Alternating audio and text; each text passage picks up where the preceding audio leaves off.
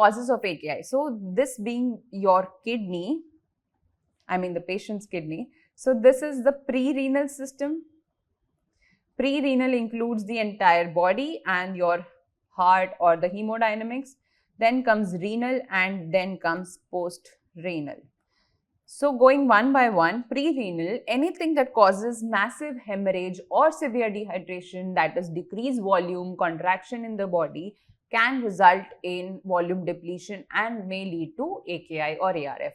So what are the conditions that can cause this kind of abrupt hemorrhage or bleeding is antepartum hemorrhage, which includes massive bleeding in placenta previa patients, or abruptio placentae, Hyperemesis gravidarum, which can be severe enough to cause dehydration, and this is reported usually in the first trimester, or OHSS or heart failure.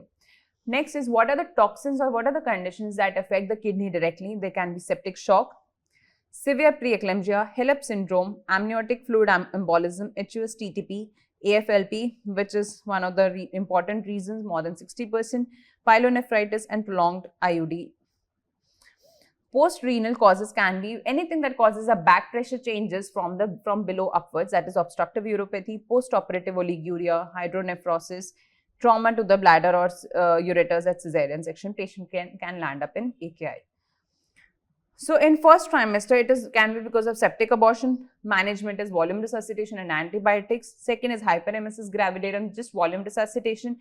Second, third trimester and also the postpartum, the causes can be preeclampsia or HELLP. Management is delivery, IV magnesium sulfate wherever indicated. It can be TTP or atypical HUS, AFLP. For AFLP, the management lies mainly plasmapheresis and also deliver the patient as soon as possible. Now talking about lupus nephritis and or antiphospholipid syndrome. In lupus nephritis, there will be fragmentation of RBCs or RBCs might be present in the urinary sedimentations. Complement levels fall, hypocomplementemia occurs, and you may offer renal biopsy. So biopsy has to be off, is not contraindicated in pregnancy. First thing, is not contraindicated. You have to offer by renal biopsy to the pregnant woman if it changes management, your management. What is the treatment? Treatment for lupus is steroids alone, and treatment for APS being aspirin along with low molecular weight heparins. Why is low molecular weight heparins offered? You have to understand, in a state of hypoproteinemia, there is vascular stasis and increased predisposition to DVT formations or any kind of renal vein thrombosis might possibly happen, and hence you have to give these patients low molecular weight heparins.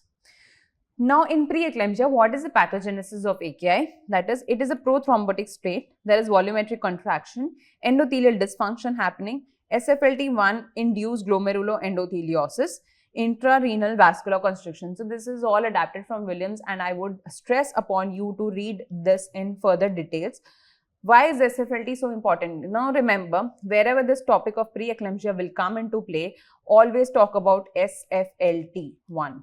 This is being talked about in all the recent guidelines, all recent conferences. It is a hot burning topic. So do read about what is the role of SFLT in preeclampsia. Any problem or any complication caused by preeclampsia, starting from head to toe, like any CNS changes, press changes, eclampsia, or any neurological signs, anything with the eyes, wherever there are vessel damage, it is because of this culprit, which is called as FSFLT PLGF thing. Now this results in hemorrhage, abruption, or it can progress to HELLP, which causes acute tubular necrosis, and finally can cause bilateral renal cortical necrosis. Incidence of ARF in preeclampsia is 1 in 10,000 to 15,000. It is an important question which is usually asked. So there is a patient admitted in the ward of preeclampsia. Now your consultant comes on round and you tell them that, ma'am, the urine output is slightly on the lower side. Suppose it is just 25 ml per hour. Now your next question, now the consultant will start thinking that the patient might be landing up into AKI or progressing towards AKI. So they will ask you, what is the incidence of AKI in preeclampsia patients? It is 1 in 10,000 to 15,000.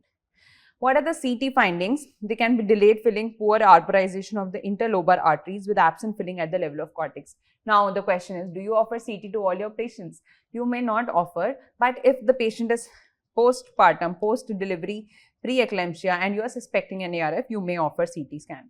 So, half of the ATN cases may be non-oliguric. Always remember this. Acute tubular necrosis, that is why it is picked up late and patient lands up in AKI and ultimately hemodialysis.